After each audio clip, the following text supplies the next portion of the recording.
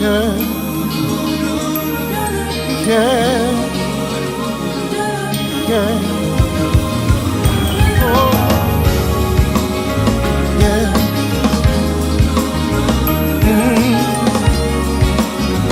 Yeah.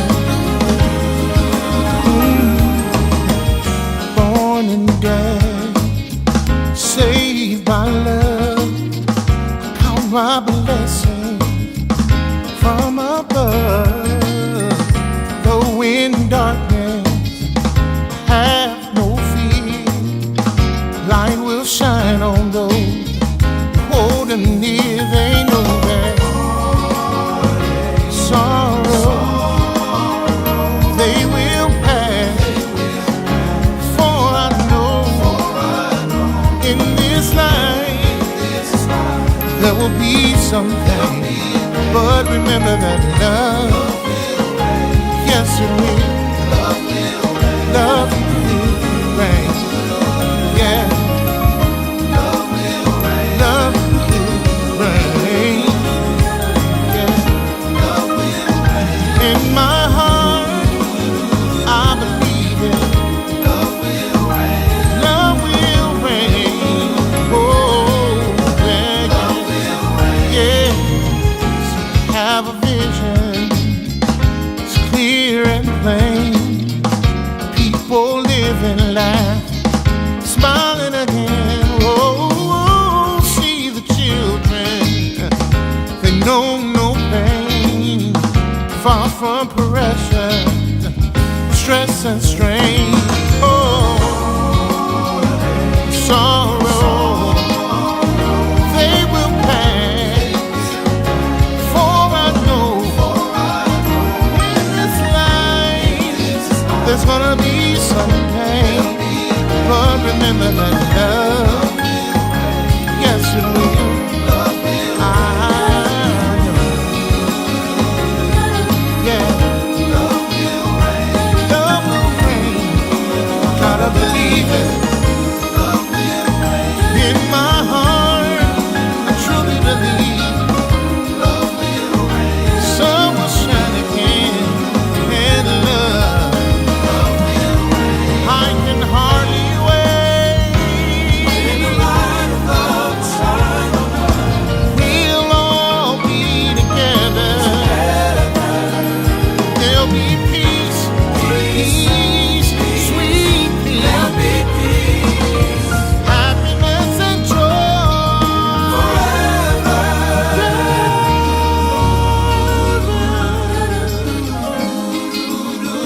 Oh, yeah.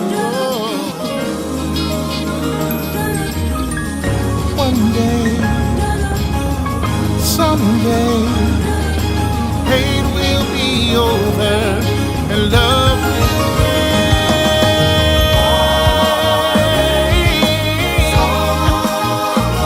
They won't last, for I know in this life there's gonna be some pain. But in the end, love will reign. Yeah. Love will reign. Said it in His word. We've been made. Endure the night. Love will conquer all. Love will win the fight. So don't be discouraged. Don't be dismayed. The darkest hour just before the light. Hate will be crushed, fear will be gone, love will remain and go on and on. Though the road seems rough, my friend, we know how the journey ends. Oh, yeah. Love will reign. Love will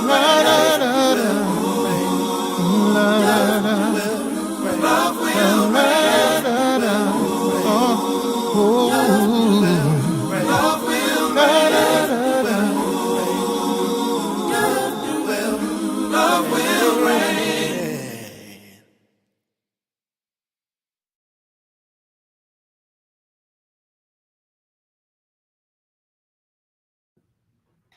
Love will reign. I'm excited to be here with you across many platforms. First, on the Love and Stuff community page, the Marcus R. Holmes page on Facebook, on TikTok, on YouTube events, on Twitch TV, and on Instagram tonight. Whether you're watching like Mike Flanoyo on Facebook or you're watching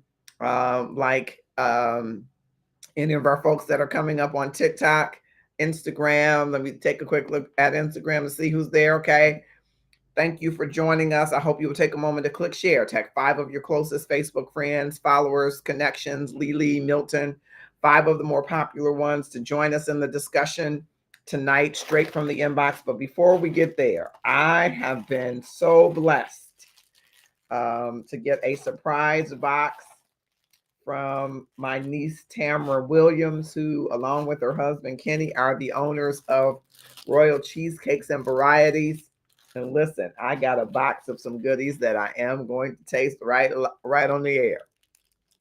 I got a red velvet cookie. So she sent me a bunch of cookies. I love cookies. A butter pecan, chocolate Dubai, lemon sunshine, and a piece of sweet potato pound cake.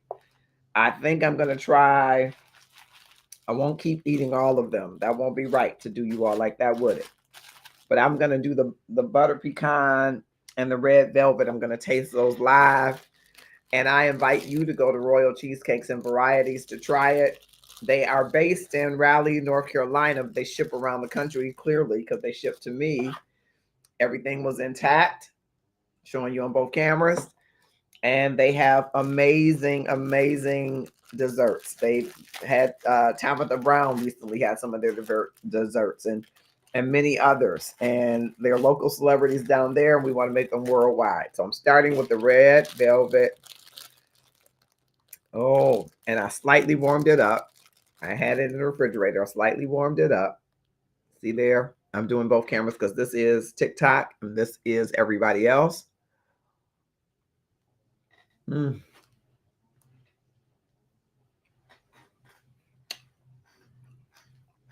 Mm. Mm-mm. Okay, I was just going to taste a piece. Okay, I'm getting crumbs on the floor. Oh my goodness, this is heavenly. Mm-mm. Mm.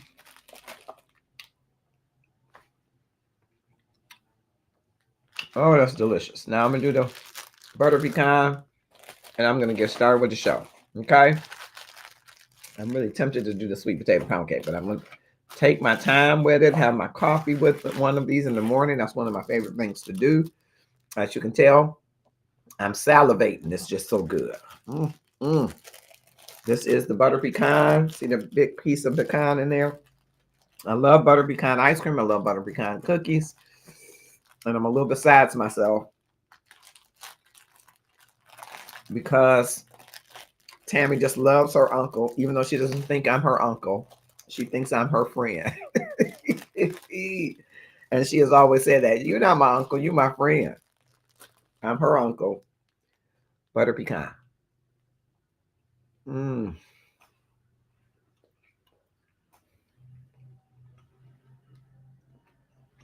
Mm, mm, mm. Okay. I'm going to behave. All right.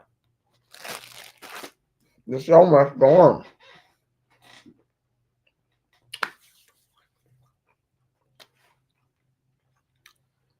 Have you ever been in a relationship? I know Mike Flanoy. I'm going to pray for me. I'm really, that wasn't right to do in your face. But yes, I actually did it in your face. That wasn't right to do in your face, but it's delicious. You got to try it. All right. Royal Cheesecakes and Varieties. They are in Raleigh, North Carolina. Find them on all platforms. And especially, they have their own page here and probably Instagram. They're everywhere. All right.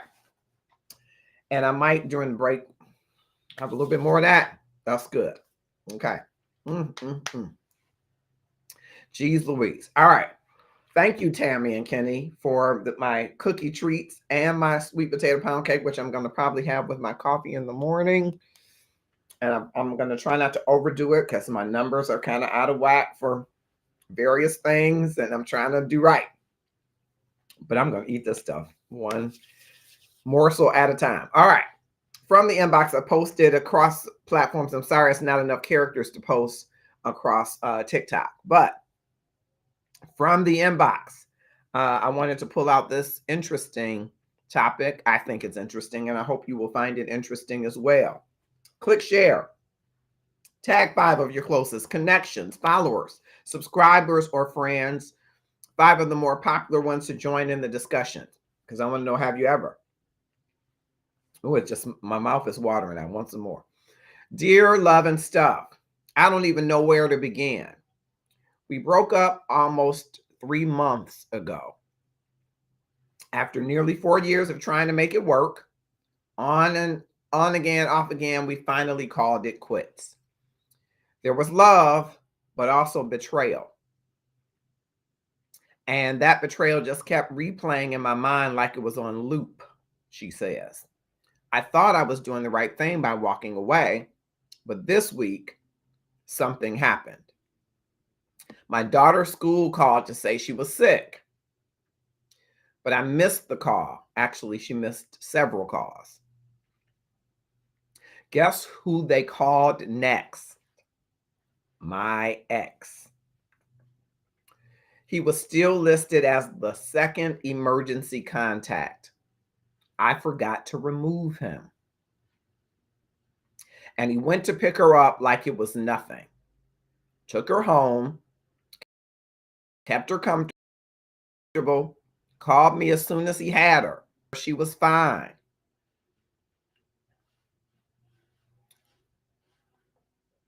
But she didn't leave.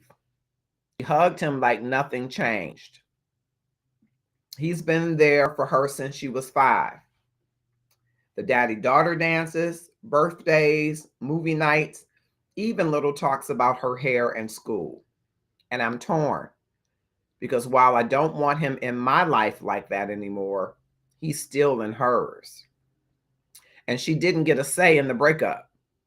Do I cut ties completely, even if it hurts her? Do I let him stay involved in just her life? Is that even possible? I don't know how to separate without doing more damage. Please help. Signed, her mama, not his girl anymore. So I want to hear from you. What do you think? They were not married. They had a pretty long-term relationship. 4 years is kind of a nice amount of time to not be married, right? Though there are people who've been together 17 years and not married, right? They were together 4. She has 2 children, just so you know, prior to her relationship with him, but she has a close relationship.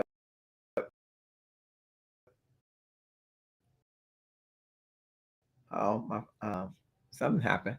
All right, she had a close, there it is. The 9-year-old with him, almost like he's her dad. They broke up, but she forgot to remove him from the major things like school emergency. Okay.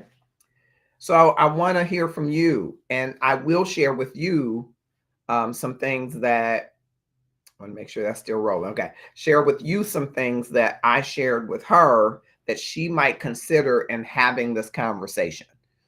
What do you say? Should she have removed his name? Should they have had some discussion? This is like a daughter to him. He still maintained the relationship enough that he was able to take the daughter home with him in his home now because they were living together. What do you say? Does that make sense? Should she have removed him and had some official disconnecting kind of conversation? Or because he has a good rapport for her daughter and her daughter's father is not in the picture at all, should she allow him to be the father co-parent with her? What do you say? I want to hear from you about what you think should happen. And then I'm going to share with you some of the things I share with her.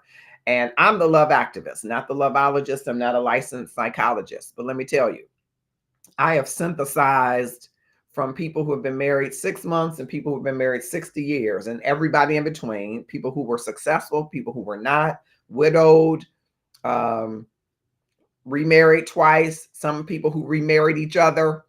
And I take that information and I report on love in the hopes that we can increase the amount of love in our relationships with ourselves, with God, and then increase the amount of love in the world. And so I pull these topics from the inbox at different points in different seasons because I want people to maybe see themselves or how would you respond in a situation in the hopes that you might increase the amount of love in your relationships, in your community, one relationship at a time. So I want to hear from you in this topic where this woman was dating a gentleman for 4 years, on and off, she says. They broke up because of betrayal. And that's all the information that I am able to provide without giving too much information that might just reveal who is who, right? They broke up. She has 2 children. And we're going to focus on the one child who is 9, a little girl. So basically, since the little girl was 5, think about your 5-year-old. Think about the development of a 5-year-old and having a father figure who was in place of her father. Well, they broke up and they separated. Good evening, Bilal. Good evening. Good evening, William Byron Reeves. Good evening. Still praying for you. Good evening, Tamiko Love. Good evening, Louisiana. Good evening, Judah. All right. They broke up. They were never married. They broke up, but she forgot to remove his information as a second emergency contact. So when the school called her when the daughter was sick several times, they ended up going to him, and he went to the school and picked up the daughter and took her to his home and nursed her and called his ex and said, "Hey, I got her." Now she's wondering, what should the conversation be? What should the conversation be? Should she say, "Hey, you can't be in her life anymore because we're not together"? Or should she say, "Let's figure out a way of co-parenting because she deserves to have you if you want to have her in your life"? And I'm going to share some things. Again, I synthesize information from different sources that I share with her, and I want to hear what things you might also share with her from your experience or things that might come to your mind. Mike Flanoyle says, that situation is like a broken marriage, although they never officially gotten married with a child involved at the exact same. Got it. They got treated like it's a divorce. There's no easy way to not hurt the kid, but you have to tread lightly where the kid is concerned. I agree. And Mike, I just want to follow up to that and ask you whether or not, if you were in that situation, whether or not, if you had a daughter and you had an ex and she went to pick the daughter up from school, whether or not, because you forgot to take her name off, whether or not there would be some conversation about boundaries, do's and don'ts. I want to hear from you. Dr. Lisa Benton has joined us. I hope that others will click share and tag someone to join us. Right as we do, I want to mention to you an amazing partner before I start to go into the 4 things that I think that she should consider. We have an amazing partner in our Love and Stuff community, amazing partners in general, but here's one. June Rochelle Eaton is the proprietor of DetroitCouture.com. And ladies, if you want amazing one-of-a-kind pieces, or you want something that is avant-garde, you want something that you can step out as the mother of the prom person or going out to your sorority sisters event, your Link Sisters event, high society opportunities, you definitely want to consider DetroitCouture.com. And fellas, you want to get something for the lady that will take her breath away. Some clothing is what I'm talking about right now. You might consider DetroitCouture.com. Listen to June as she tells us just a little bit about DetroitCouture.com. Hi, my name is June Rochelle, and I own Detroit Couture. We are a fashion-forward women's boutique, and we offer friendly sizes from small all the way up to 3X women's sizes, very generously fit, very great quality. I actually have on one of our pieces today. It's called the Cuffed Up. It's in gray, burgundy, and black and olive. And it actually has a lot of stretch and give. So listen, in this time, we try to make sure that first of all, it's quality and customer service that we offer our clients. And I'm so glad to have this opportunity to share with you. So go and visit us at DetroitCouture.com.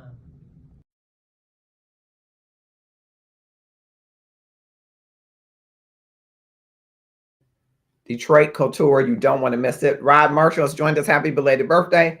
And I hope that you will click share whether you're watching us on TikTok, Facebook, Instagram, YouTube events, or Twitch, and tag your favorite friend, subscriber, follower, connection to join us in this discussion of this woman who was in a 4-year relationship and they broke up. She said 4 years off and on, but it didn't work out because there was some betrayal.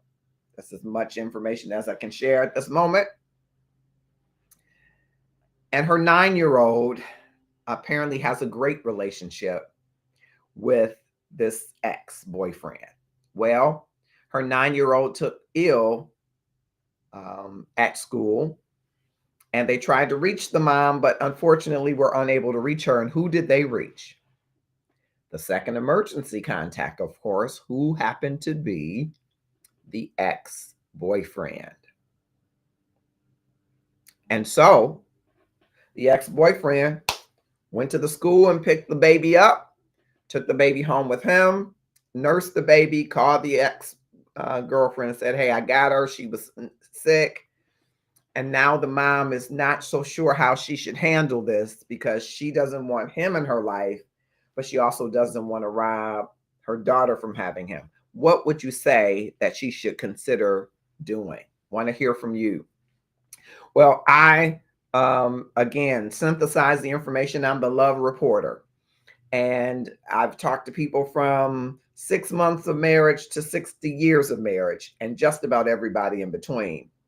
And I just synthesize their messages, their themes, their thoughts on love in the hopes that anyone that wants to improve the amount of love in their relationships with the quintessential love and everyone else in between, that information might inform their perspectives. And if that resonates with you, you're in the right place. And drop a topic in the inbox and we'll be happy to share that, whether you want to come live with us or you want it to be an anonymous topic, as today's topic is, you're welcome to do that. So I shared some information with her that I think would be helpful, and I want to share with you of things to consider. There, of course, is psychology and science out there. And Bowlby and Ainsworth talk about this child attachment theory, that children form these emotional bonds with when they have consistent caregivers. And when you abruptly remove someone who's been a stable presence in their life, it can trigger distress. Notice the little girl didn't want to leave him. She was hugging and clinging to him. It could cause confusion. It can cause abandonment issues. It can cause trust issues. So the first thing is that she should consider how the separation is emotionally impacting her daughter and could continue to. I'm not necessarily saying that she should just put up with whatever was the root of the betrayal. It's worth investigating. But it's important to remember that at age 9, a father figure could be an emotional anchor, and that's especially powerful, even if he's not the biological father, because they built this 4-year bond. The daughter may see him as a parental, right? As a parent figure, right? Regardless of your romantic status. It's similar to what Mike Flanoia was saying. It's like having a marriage and a divorce, right? There's a separation, so you've got to consider that if you completely remove him, it could feel like abandonment to her. And so you ask yourself, is your desire to cut him off based only on your pain? And is there a trade-off for what is best for her emotional stability? Again, cut off the cessation of your relationship principle romantic might have to change, right? Or has changed, but what's actually best for her emotional stability? Because you can prioritize the well-being of your children and set your boundaries, healthy boundaries, as we talk about, with careful communication. So it's really important. That's the first thing that I think is really important to consider, is that there is some emotional attachment that 3 months hasn't fully settled in. Okay. I want to hear from you. What do you think about that emotional attachment, right? How strong it has been, or if anybody's ever experienced that, I'd love to hear from you. Kamal Williams has joined us, who is the senior associate producer. He's producing up some stuff. Senior associate producer and co-host of Sports Talk with Kamal and Felix. Listen, if you don't even love sports, ladies, you need to get in on every Saturday at 11, because you're going to learn something new for your boo and bae when you're sitting there with him for sports. You're going to learn how to really get involved, and you should tune in. And fellas, of course, you'd have an amazing time. All right.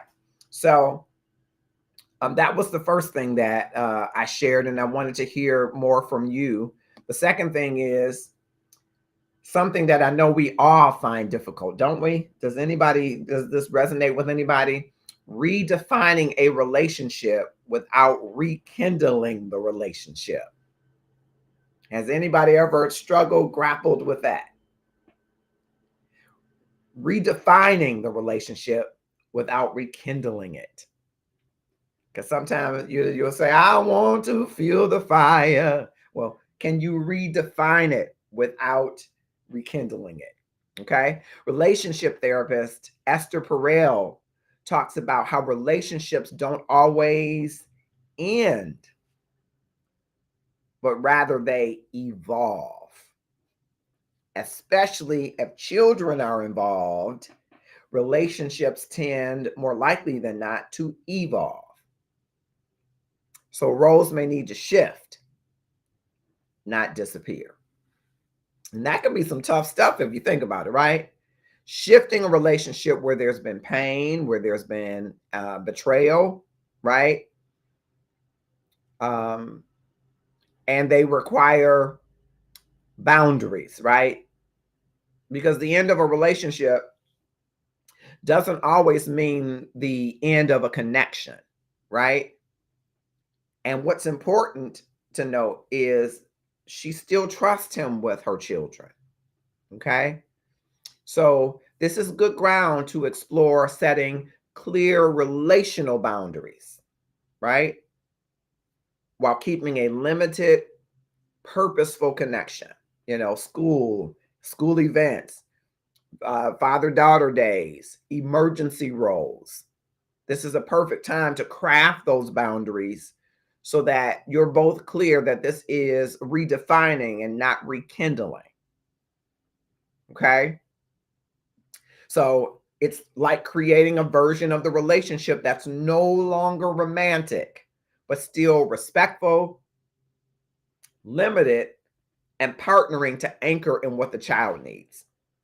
Now, I think this does take some adulting, as Autumn is always saying to me. I'm adulting now, because those feelings could still be there, right? Even though you are upset about betrayal, upset about how something ended, it doesn't mean that there aren't emotions and feelings wrapped into that relationship. So you got to be intentional about what is and what is not appropriate now versus before, right? So, for example, it might be he can't come into your home uninvited. Okay, it's not just no pop up to see her, right?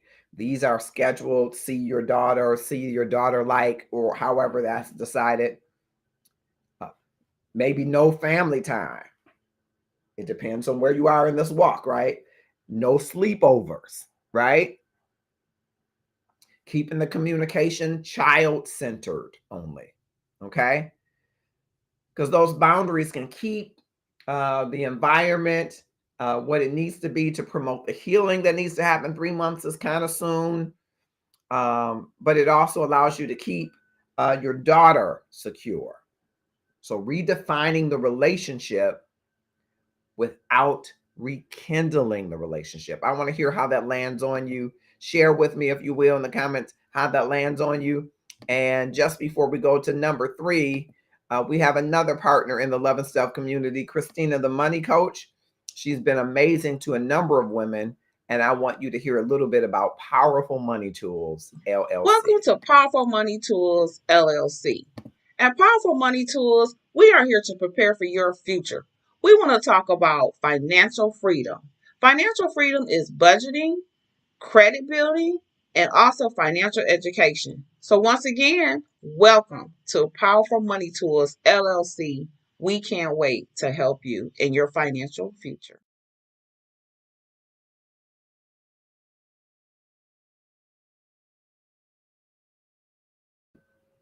Powerful Money Tools LLC has been powerful in our Love and Stuff community. A number of women have taken advantage, especially women, but a number of people have taken advantage of working with Christina to improve their financial health. And listen, I've seen people get back on their feet, people who have changed their mindset around money, health, and wealth, people who have begun to save and invest, people who have begun to repair their credit. All different types of things are happening. And I encourage you to support our partner, Christina Smith, who is Christina, the money coach with Powerful Money Tools, LLC. They can't wait to help you in your financial future. Audrey Glenn Roberson, thank you so much for joining. I hope you will click, share, and tag someone to join us as we continue in this discussion of this woman who was in a 4-year on and off again relationship. And her 9-year-old had formed a great bond with her husband, or her ex-boyfriend. Well, after they broke up, of course, she forgot the ex-girlfriend to take him off the emergency contact information at the 9-year-old's school. So when they called to say that 9-year-old was sick and the mother didn't answer, they went to the second contact, which happened to be the ex.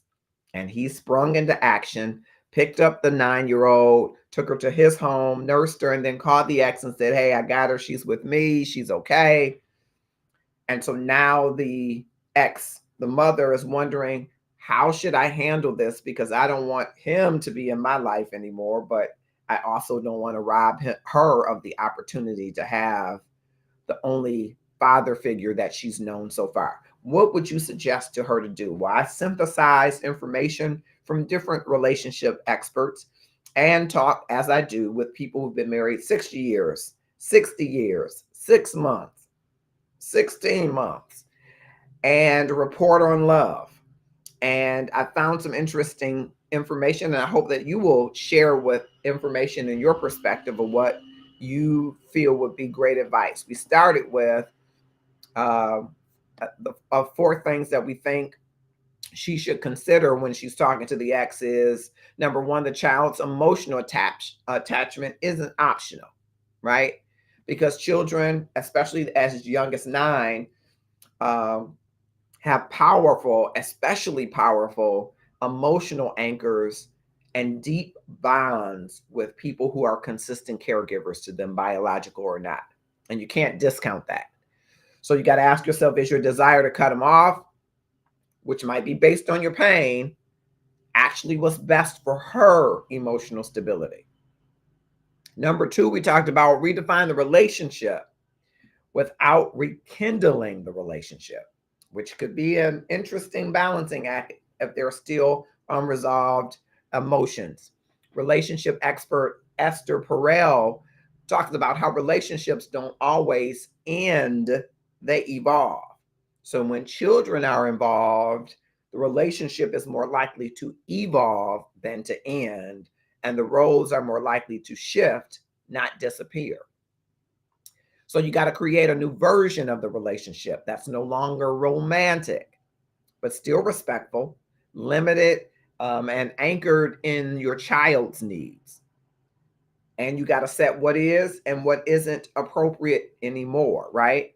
which could include some suggestions from relationship experts are: don't allow him to come over uninvited, don't allow sleepovers, and make sure that the communications are all child-centered. So it is a version of co-parenting, because the boundaries will promote healing for you both while also keeping the daughter safe, which is the primary thing, right? We want her to be safe.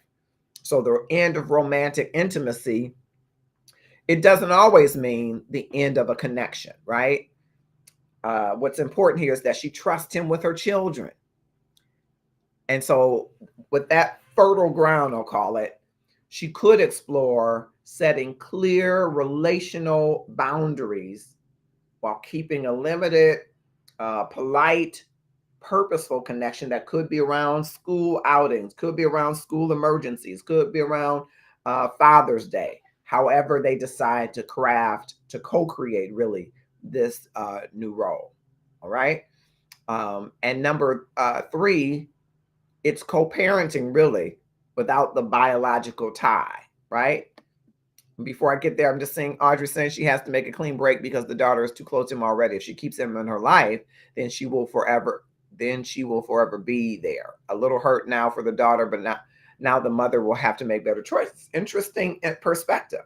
So you think that she should make a clean break. Okay. And talk to us a little bit, Audrey, about what that clean break looks like for a little girl who has known him for 4 years, met him when she was 5. And so he's really her father is nowhere to be found. And he's really only the father figure that she's had. So interesting perspective, and I love it. Tell me more. Number 3 is, according to the research on step and bonus parenting, open communication and role clarity are essential if you're going to have this person in as a co-parent or a step parent or bonus parent. So I think it's great. And here's some of the advice regarding blended family dynamics. The mother could express appreciation while clarifying the expectations moving forward, especially around decision-making and access, which are 2 really important things as it relates to the stability for children, right?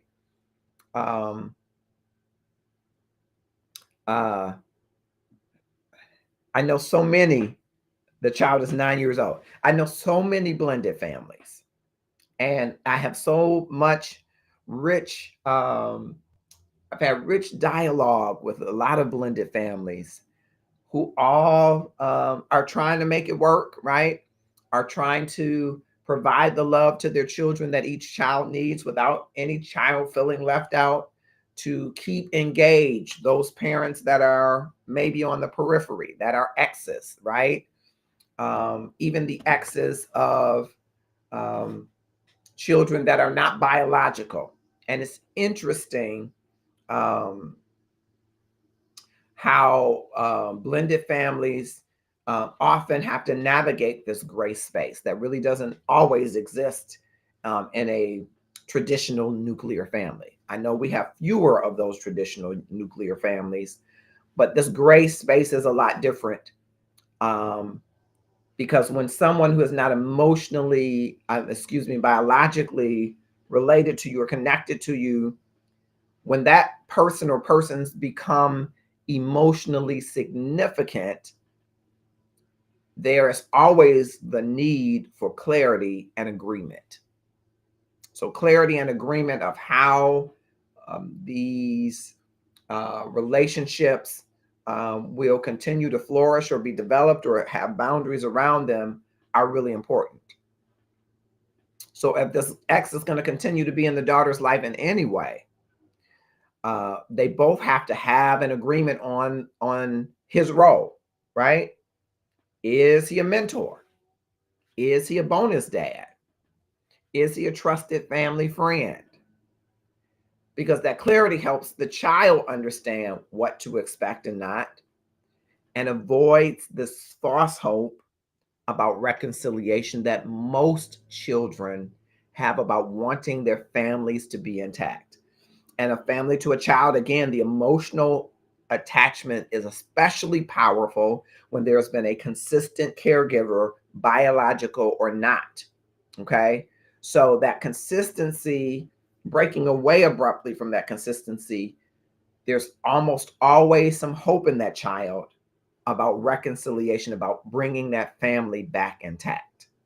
And that is something that you may want to consider. And once you set these roles, can ensure consistency. So let him know if he's in, he's in. And so we're not going to entertain this disappearing and reappearing. I'm not sure I want to be a dad. I just thought, because that's harmful as well, could be even more harmful to this young girl's development and her trust. All right. And this will be a monkey wrench in the new relationships now that you have to explain that your ex will always be in your daughter's life to your new love, especially since he's not a biological father. It can get messy down the line, or it could be beautiful. It depends. Again, clarity and communication are paramount here, because if you say that's not his biological daughter, but that's the only father he knows, and I need you to respect that, a man who is secure in his manhood is not, he's going to applaud that another man wanted to step in the space, and he may be willing to say, let's have some co-parenting agreement, because now I'm in the picture. I'm going to be a father figure. So let's talk about this role, right? It does take a certain level of maturity and a certain level of emotional intelligence and a certain level of vulnerability for a man to come into a situation where another man, non-biological, is the father figure. But it can be done. And I've talked to blended families where this very thing has happened, where a non-biological, non-custodial parent was present, stayed present, even through relationships and marriages. And they learned to navigate. Was it easy? Not necessarily. And to some degree, there might have been some messiness to it. But when people are committed to clarity and communication for a common love, amazing things can happen. Yeah, I know just what you're saying. Yes, for some people, and yes, for one of the families I was referencing, Audrey, a man, one of the non-biological father got married. He still was a father to the daughter and the son. He still was there for honors awards and honor roll and recitals and proms and graduation, because for him, that was his son and daughter. And so it really does depend on the individual, and you do have to really determine the clarity, name the role that is going to be played going forward. All right. Thank you for that. And then number 4 is emotional readiness and closure. And this is some therapy-based guidance, because you may decide to have someone to help you navigate it, someone who has a professional license, a psychologist, a therapist, right? Because if either of them have lingering feelings and they're unresolved,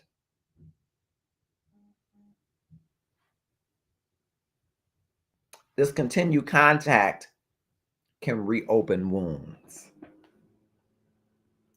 So a candid, respectful conversation is needed to assess the emotional boundaries and whether or not the connection is healthy or harmful, or more healthy than it can be harmful.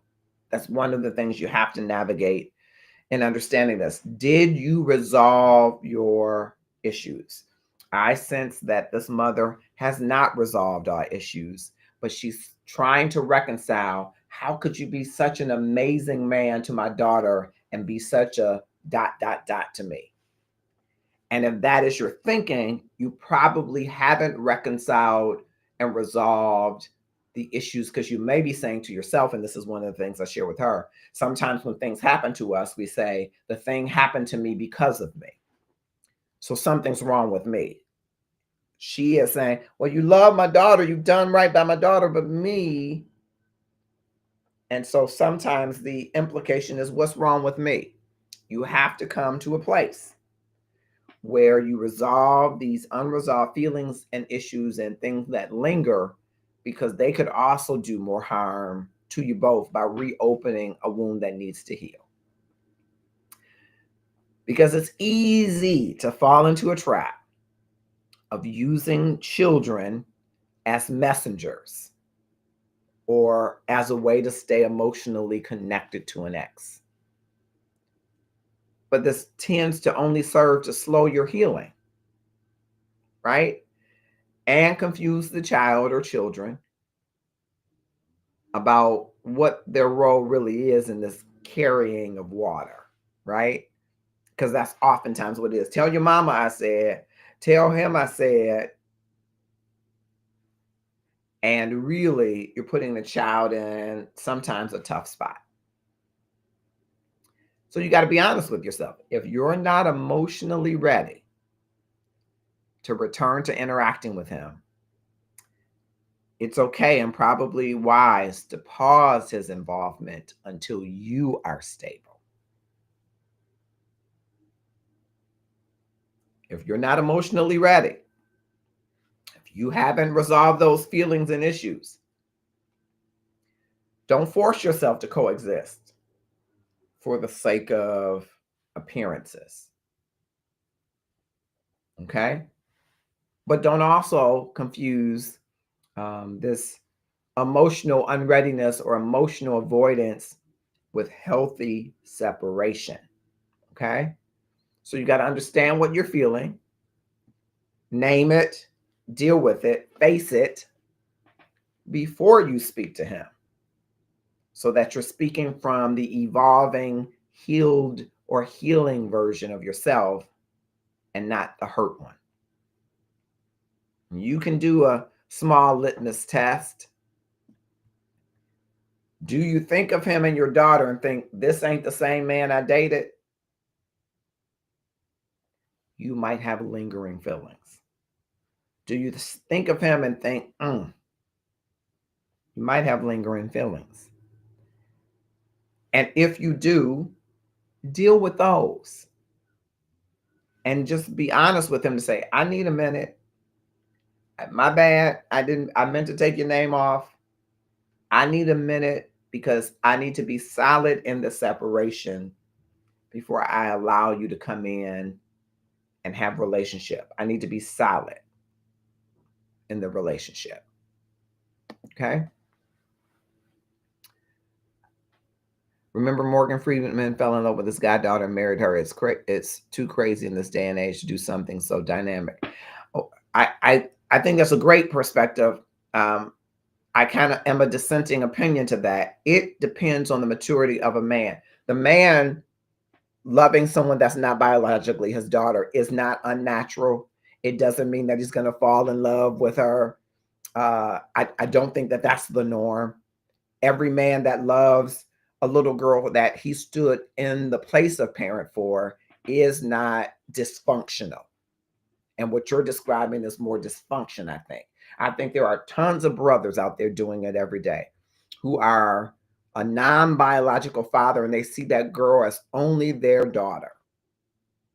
And they've watched her, they've helped to rear her, they've nursed her, they did father-daughter dances, they've done everything that a father would do, and the relationship has only been paternal. Okay?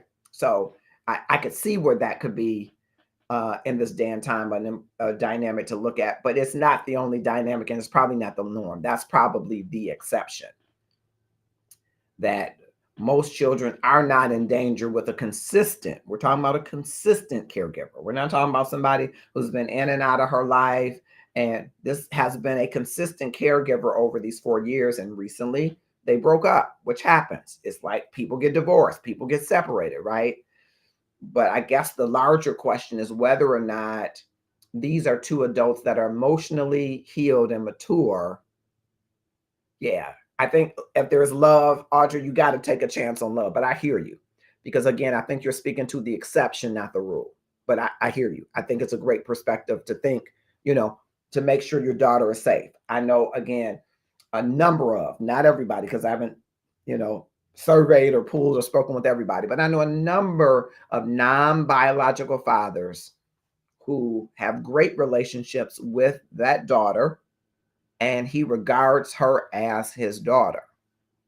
And there is nothing dysfunctional, nothing that happens. Of course, our world has people who prey on children, men and women, more men. But I think we do well to look at the emotional maturity of the two individuals involved, especially where the record is clear, right? The record is clear that this person was a consistent caregiver to the daughter. Okay.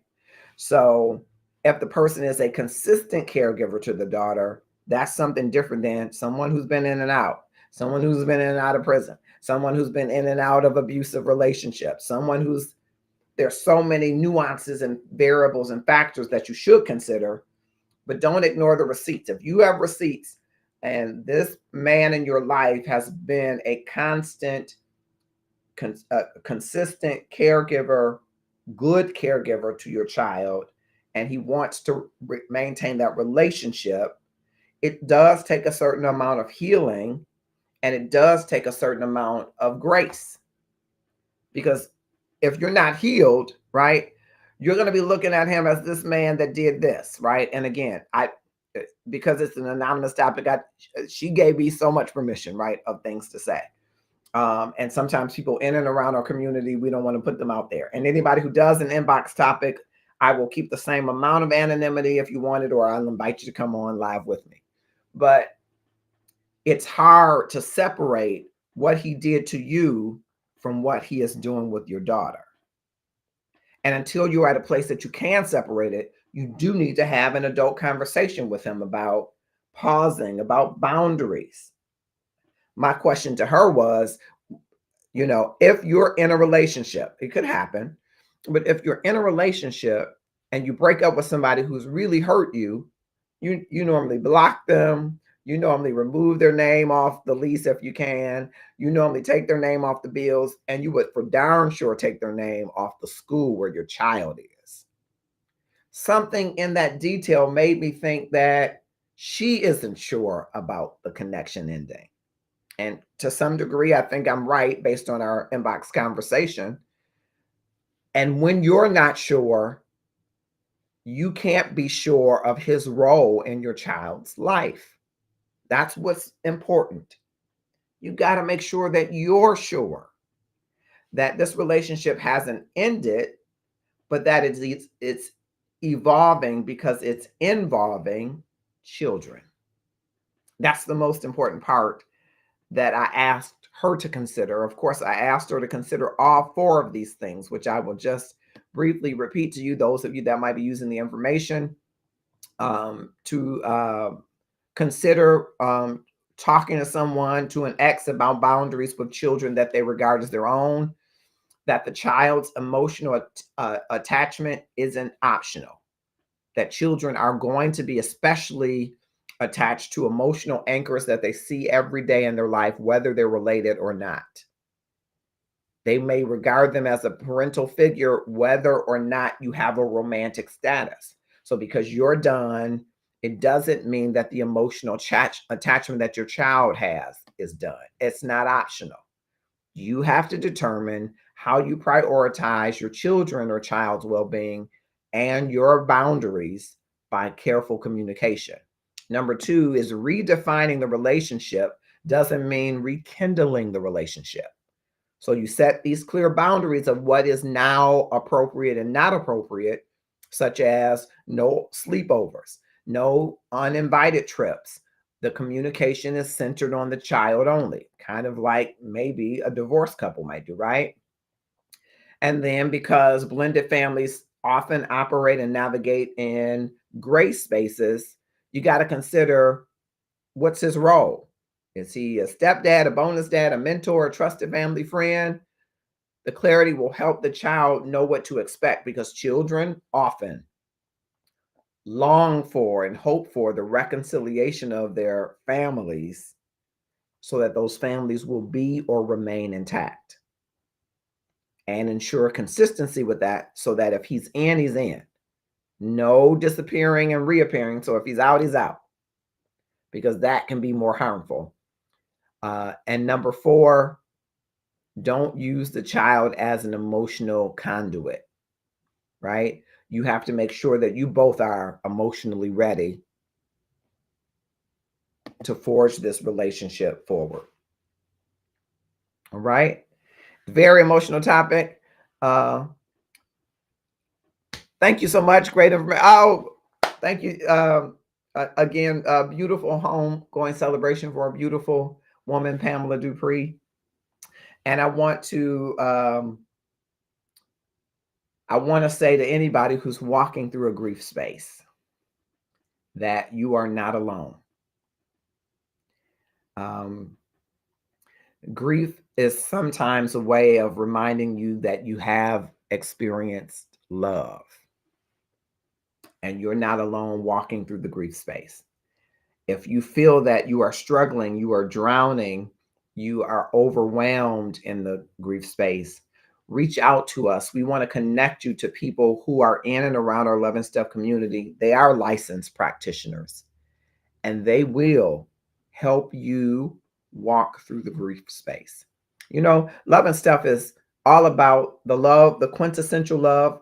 God is love, and he's written a whole wealth of information. It's like a love book about us, to us, for us, as a roadmap back to love.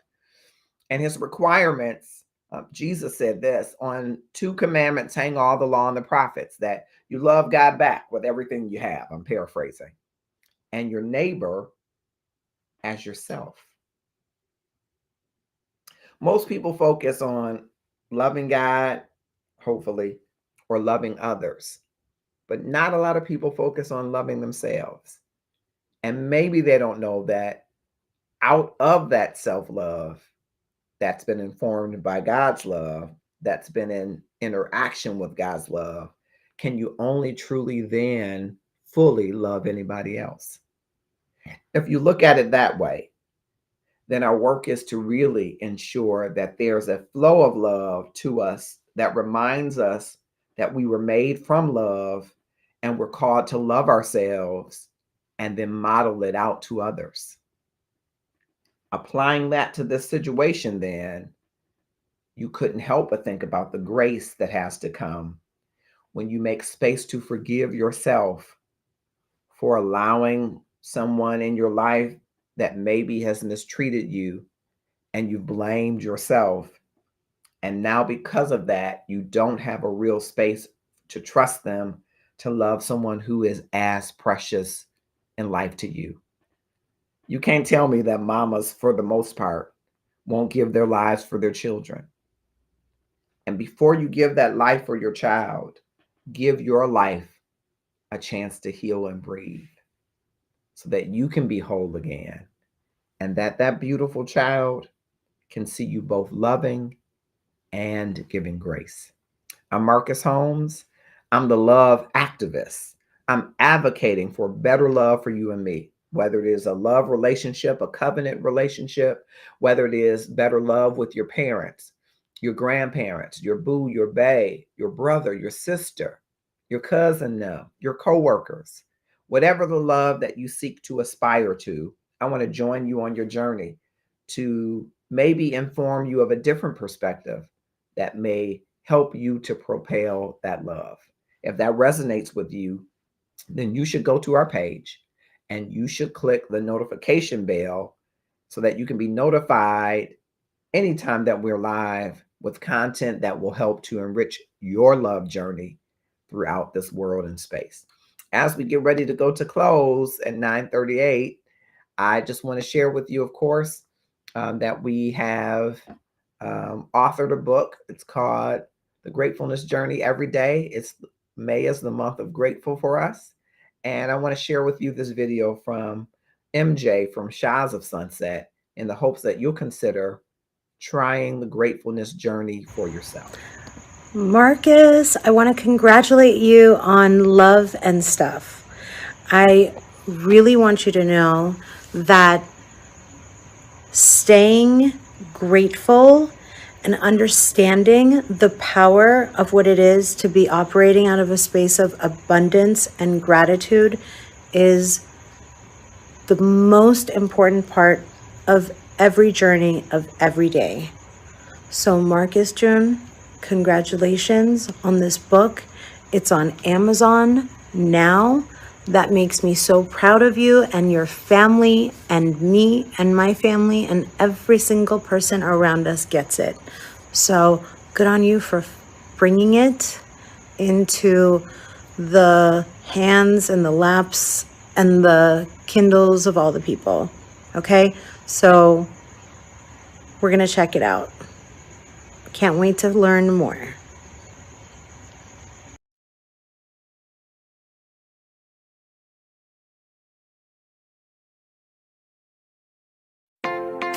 What you wear says something about you, about who you are, what you believe, and what you stand for.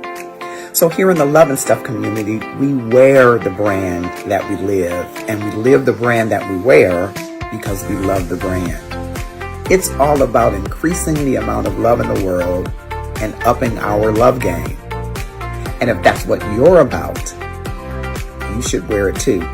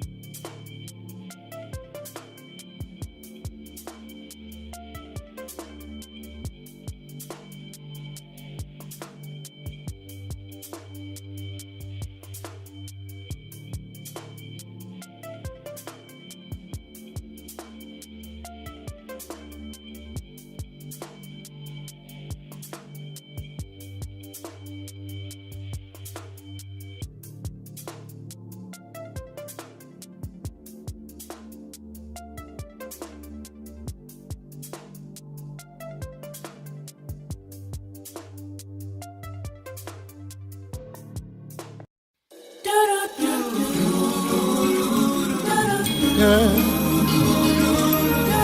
yeah, yeah. Oh, yeah. Mm, yeah. Born and bred, saved by love, count my blessings.